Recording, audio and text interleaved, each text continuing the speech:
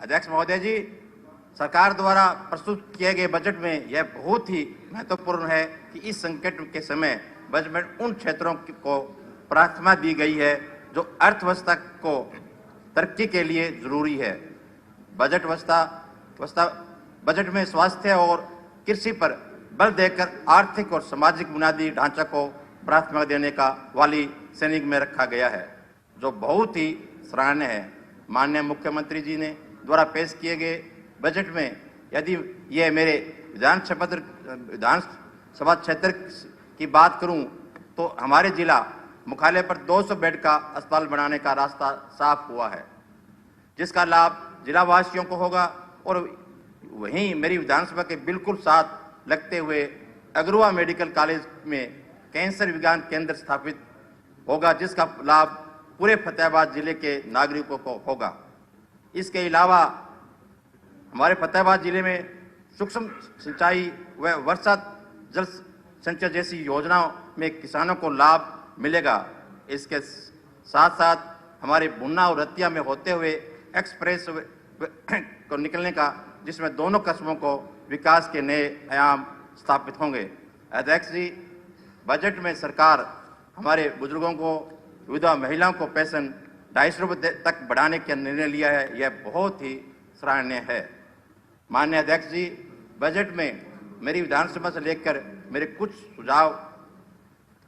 सुझाव है जिन्हों में सदन में माध्यम से मैं रखना चाहता हूं।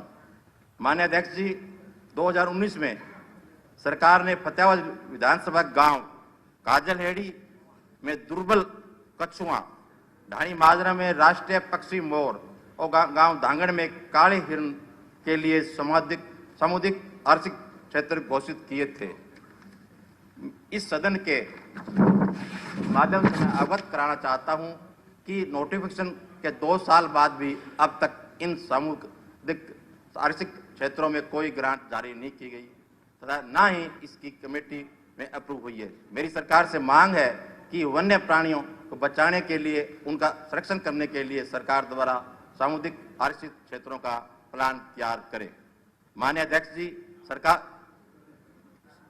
जी, पिछले बजट में माननीय मुख्यमंत्री जी ने जो खेतों के खाल थे, जो 20 साल के पॉलिसी थी, 20 साल के बजाय 15 साल की थी, जो खाल खराब दोबारा मरम्मत करने के लिए अध्यक्ष जी वो कर तो दी थी, लेकिन नोटिफिकेशन नहीं हुआ। मेरी सरकार से यही प्रार्थना है कि जो 20 साल से 15 साल का नोटिफिकेशन करें, ताकि जो खाल खराब हो गए खेतों में, वो किसानों को बड़ी दिक्कत आ रही है। खासकर फतेहाबाद जिला, हिसार जिला, आप हिसार जिले से हैं, बड़ी बड़ी दिक्कत आ रही है, तो वो नोटिफिकेशन करके 15 साल का लागू करें। और जिसमें ये भी था कि 25% किसान भरे।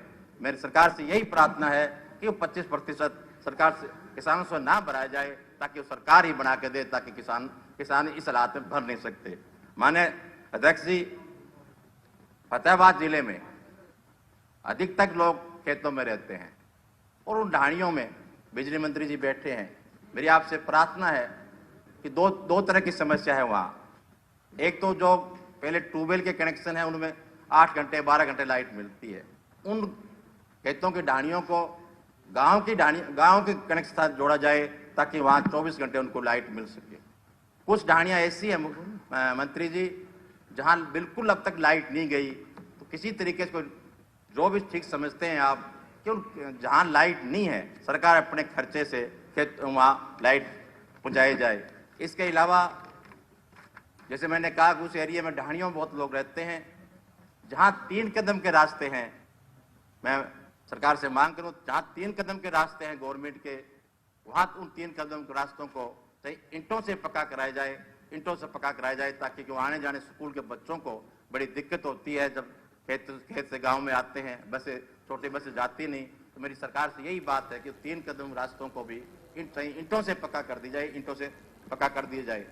इसके अलावा अध्यक्ष महोदय जी, खास करके जो मेन बात जो लाइट की इस रास्ते की है, मेरी एक ही प्रार्थना है कि सरकार से रास्ते का पक्का कराया जाए। मुझे आपने टाइम दिया, इसके लिए बहुत